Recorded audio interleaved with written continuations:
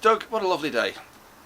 We had a question actually from somebody, I forget who it was, and I'm not going back to my paper to find out, but he wanted to know, when you were a young lad, when you were living in, was it Newcastle or Clayton, when you first made your first guitar, how did you start getting into making guitars? My first one was when I was 8. 8? 8.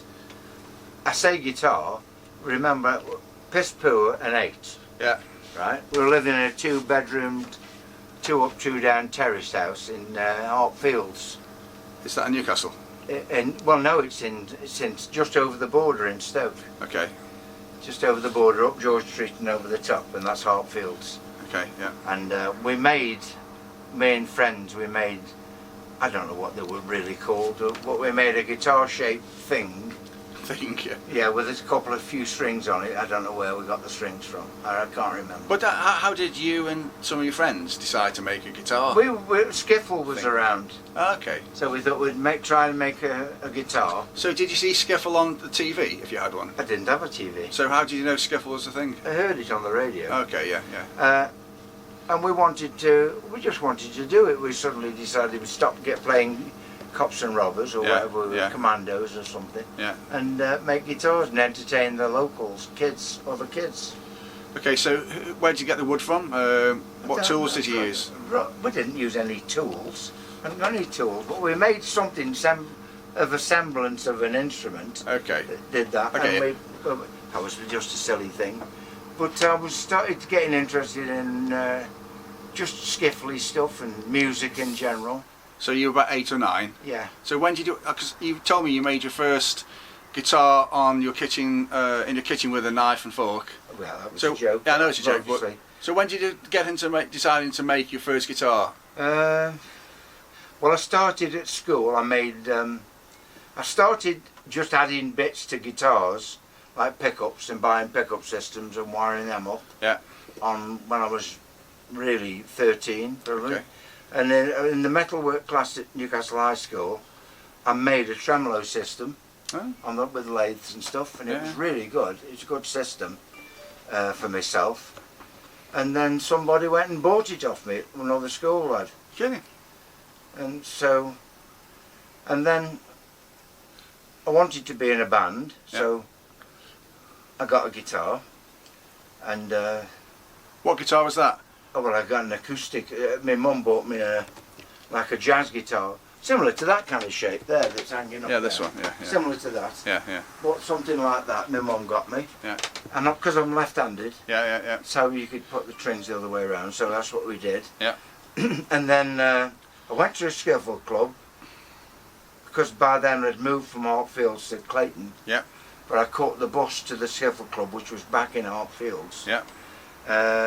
And then coming home, I slipped getting onto the bus, banged the guitar and broke the neck off. It just completely came off on the joint. It didn't break anywhere else. Yeah, yeah, yeah. It just came off. Yeah. And I made a big mistake. I took it to the wood class. Yeah. And asked Commander Wilson, who was the thingy, to put it back on for me. Yeah. And he made a god-awful job of it. He put it on a wood workbench without any protection, and where he'd been scrubbing it around, he completely ruined the back of the guitar and made a complete mess, scratches and everything on it. Oh. He stuck the neck back into the joint, right? But he screwed it through the fingerboard with a big old-fashioned screw. Why would you do that? You just didn't care? He'd been through the war and he'd got shell shock. Okay. So I have to let him off. He was a lovely, lovely teacher, lovely man, but he knew bugger all, which is why I didn't stay in the wood class first, because you go to wood class when you get to the school, and I was 12 then. Yeah, yeah. And I opted for metalwork after a few weeks in the wood thing, because it was awful. Yeah, yeah. So I went into metalwork and I made the tremolo system. Yeah, yeah, yeah. I just got really interested in guitars and the working of guitars and the electrics on them and everything else. And so when did you actually make your very first My first guitar then after that was I was pissing about 15 I was, and I made another semblance of a guitar at Paul's dad's garage, because Paul's dad had a tool. He had a drill. Paul, that's in. Yeah, comes round comes here. round here with the wood. Yeah. Yeah. Became friends with Paul. I can't remember how we met. Probably in a youth club somewhere. And he said his dad had got some tools because he did woodworking. Anyway, he had a drill with a circular thing on the end. Yeah. We had sandpapers on it, which was a marvellous thing. I'd never seen anything like it. So I could do the these kind of shapes and sand them. Yeah. So I did something there, and then when I joined a band, I was still left-handed at the time, still playing left-handed and stuff.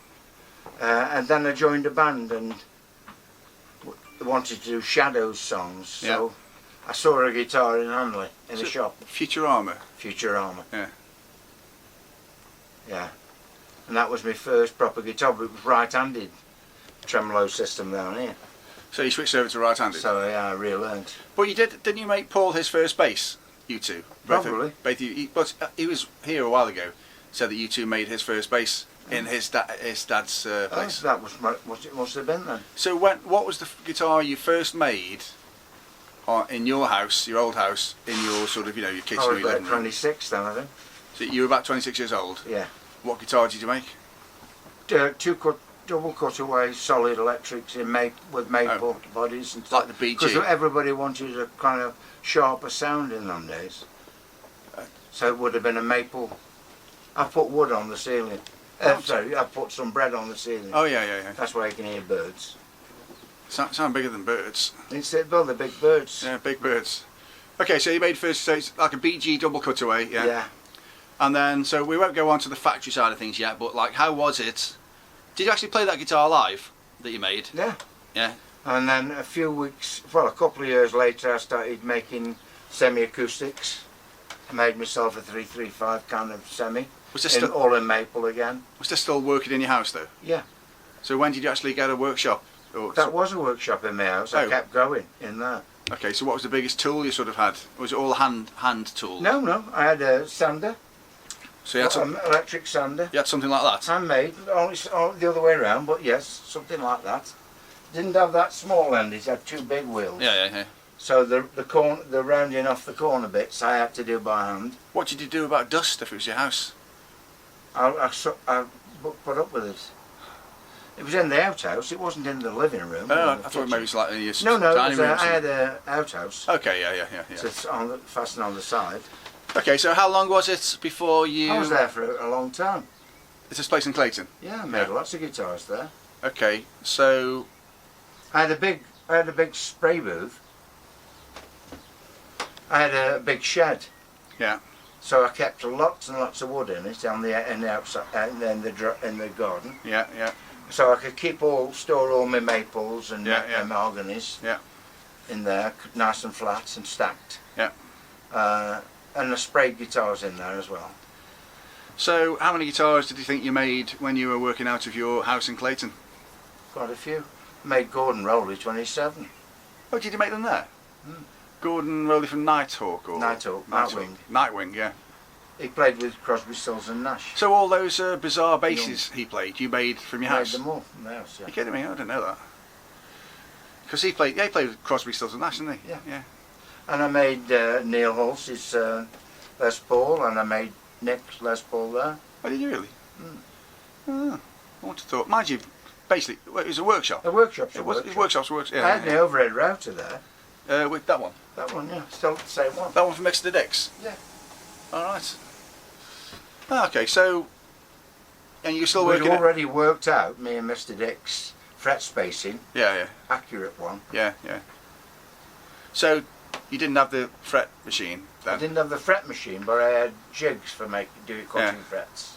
Definitely so, jigs. you're still working at the television place then? Yeah. Yeah. How long was it before you started making guitars in your factory? 84, that was. So how many years later was that? I was 38 though. Oh, you're 38? 12 years later. For 12 years I was building guitars in my house. So after you stopped making guitars or working at that TV place, did you go professional playing wise then? Was that? Yeah. Yeah. Oh, okay, right. Ah, I didn't realise you made so many of those nice guitars from your home. Yeah. So you didn't really have a professional sort of workshop properly until you were 38? No. That's quite a leap, isn't it? Yeah. I had routers. I had handheld routers and overhead router, all in the workshop. And I had 2 Makitas. They still got them. They're down there. I haven't burnt them out. Oh, really? Yeah, there's one up there somewhere. It's there. You can see a big square base on it. There might be one down here. No, there isn't. So they both must be up there. Oh, yeah. Can you see that big square base there? Yeah, yeah. Still use it. All right. There's another one in there somewhere. So, Oh, there's the other one. They're both next to each other. There's this other router. Them top 2 are there.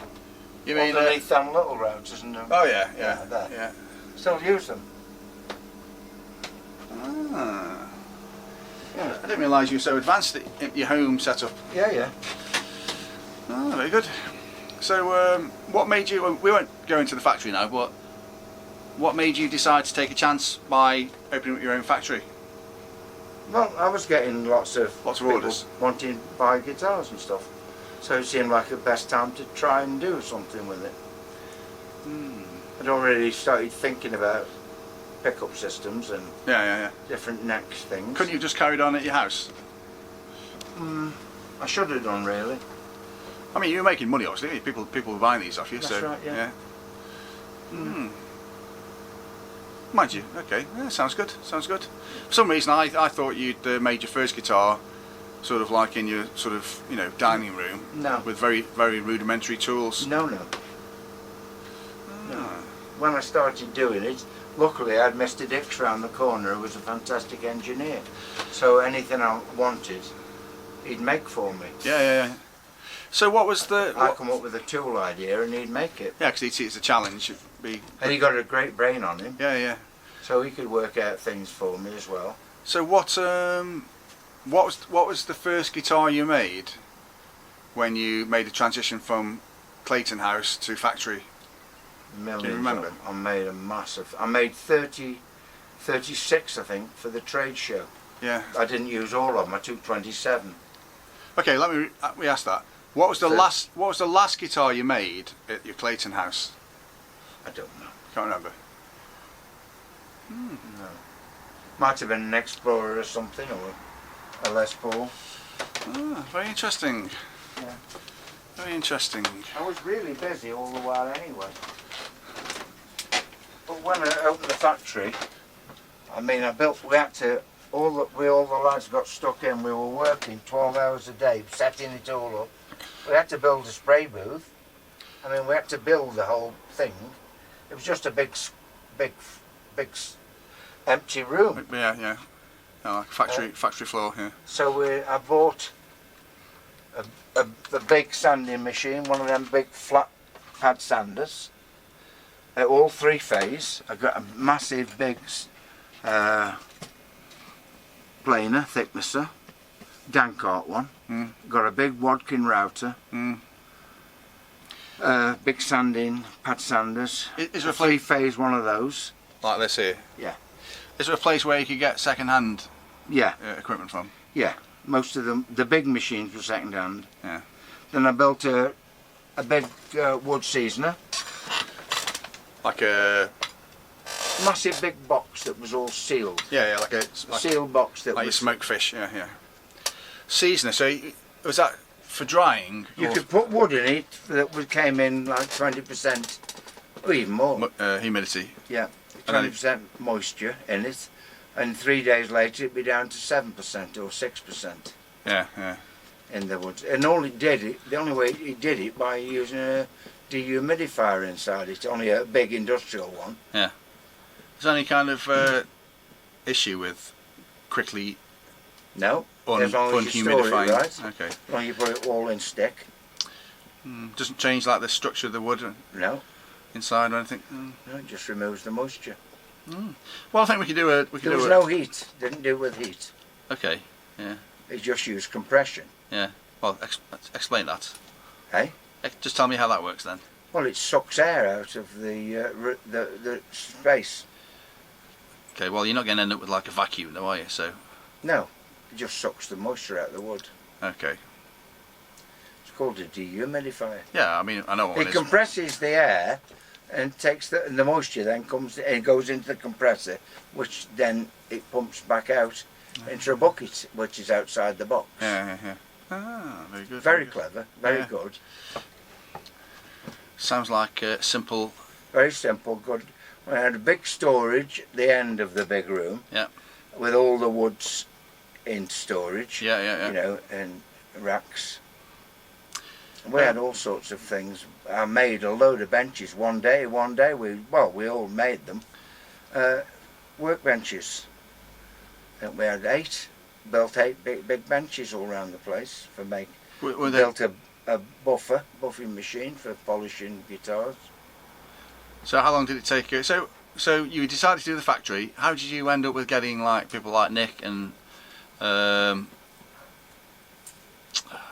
Neil on board? Nick kept coming around wanting a job with us. Well, how did he know of you?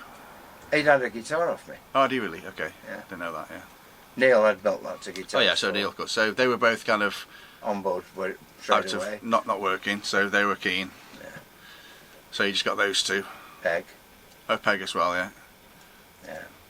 And we had little Colin. He was on a work experience. Proper work experience. Joanne in the office, work experience. Oh, really? Well, like NTS. Yeah. No, what's it called NTS? I can't No, hang remember. on. Youth. Yeah. YTS.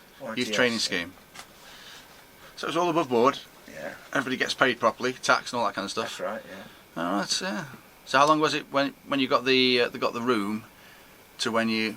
3 months it took us to set it all up. Okay. I had to put our own 3-phase in. Yeah. Everything. Surely that's a job for the professionals. Yeah, me. I did 3-phase. it. Your dad was an electrician, wasn't he?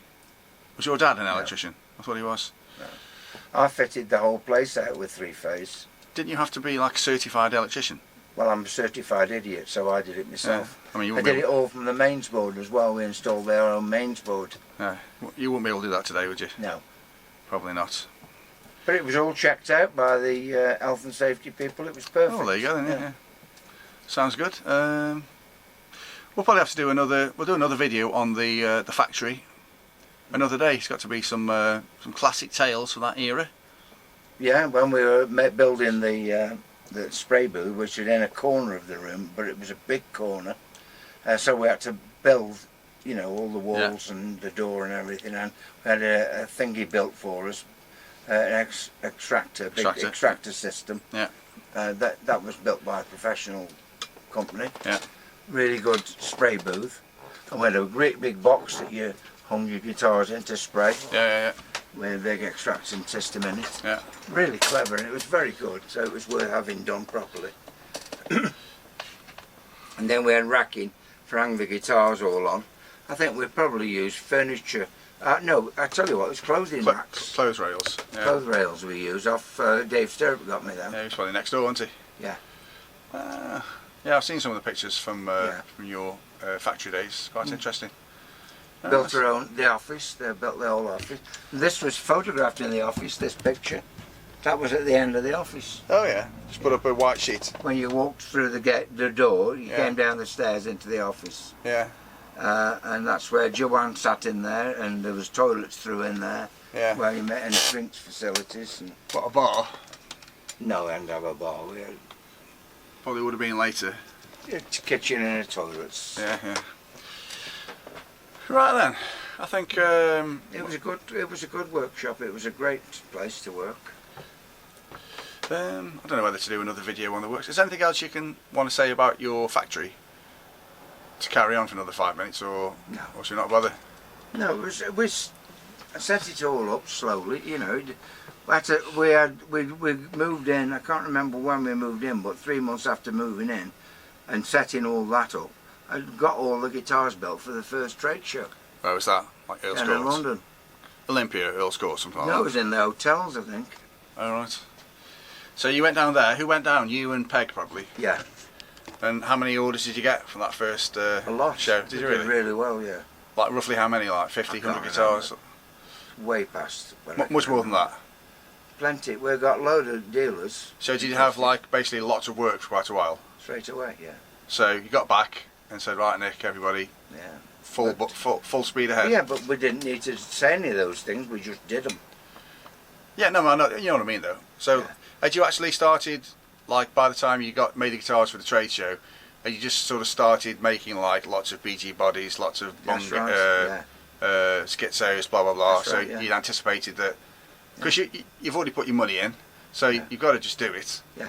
Yeah. So you were ready to go really. Yeah. When the orders came in, how long would it take if I ordered a BG? If you hadn't got any in stock, how long would it take for me to? 6 weeks. 6 weeks. Was that pretty standard? Yeah.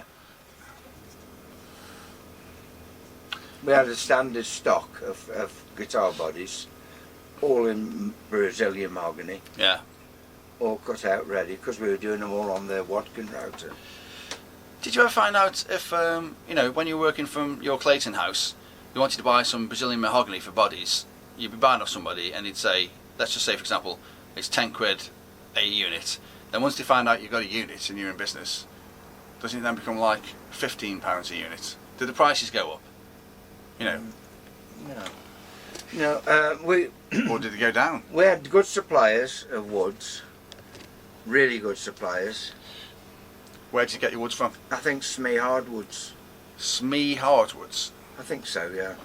Were they an importer from like Canada and South America Yeah. and A Africa? major importer of Okay. good woods.